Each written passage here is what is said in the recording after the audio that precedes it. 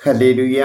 ഈശോയിൽ ഏറ്റവും സ്നേഹം നിറഞ്ഞവരെ, ഇന്ന് പരിശുദ്ധാത്മാവ് നമുക്ക് നൽകിയിരിക്കുന്ന തിരുവചന ഭാഗം വിശുദ്ധ മർക്കോസിൻ്റെ സുവിശേഷം 14-ാം അധ്യായം 36-ാമത്തെ തിരുവചനമാണ്.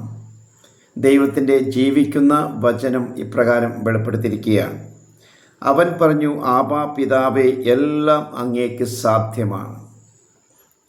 ഈ പാനപാത്രം എന്നിൽ നിന്ന് മാറ്റിത്തരണമേ, എന്നാൽ എൻ്റെ ഹിതമല്ല, അങ്ങയുടെ ഹിതം മാത്രം. Hallelujah, hallelujah, hallelujah. പ്രിയമുള്ളവരെ, ഇന്നേ ദിവസം നമ്മൾ ഈ തിരുവചനം ധ്യാനിക്കുമ്പോൾ ഈശോയുടെ പീഡാസഹനത്തിന് വേണ്ടി ഈശോ ഒരുങ്ങുമ്പോൾ ഇതാ ഈശോ തൻ്റെ പ്രിയപ്പെട്ട ശിഷ്യന്മാരോടൊത്ത് ഗസ്മൻ മലയിലേക്ക് പോവുകയാണ്. അവിടെ തൻ്റെ ശിഷ്യന്മാരിൽ നിന്നും അല്പം മാറി ഇതാ ഈശോ തൻ്റെ പിതാവുമായിട്ട് ഗാഢബന്ധം പുലർത്തി പ്രാർത്ഥിക്കുന്ന ഒരു തിരുവചനമാണ് ഇന്ന് നമുക്ക് തന്നിരിക്കുന്നത്.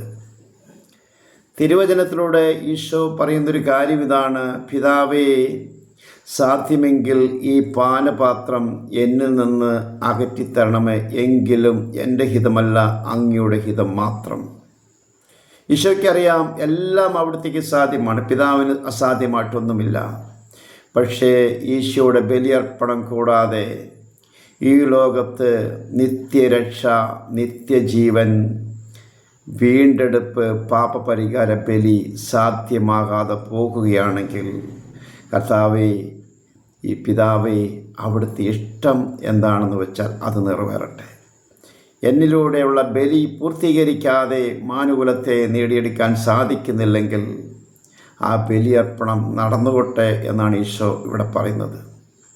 പ്രിയമുള്ളവർ, ഇന്നേ ദിവസം വലിയൊരു അഭിഷേകം ഈ തിരുവചനത്തിൽ നമുക്ക് തരുന്നുണ്ട്, വലിയൊരു ശക്തി കൃപ തരുന്നുണ്ട്.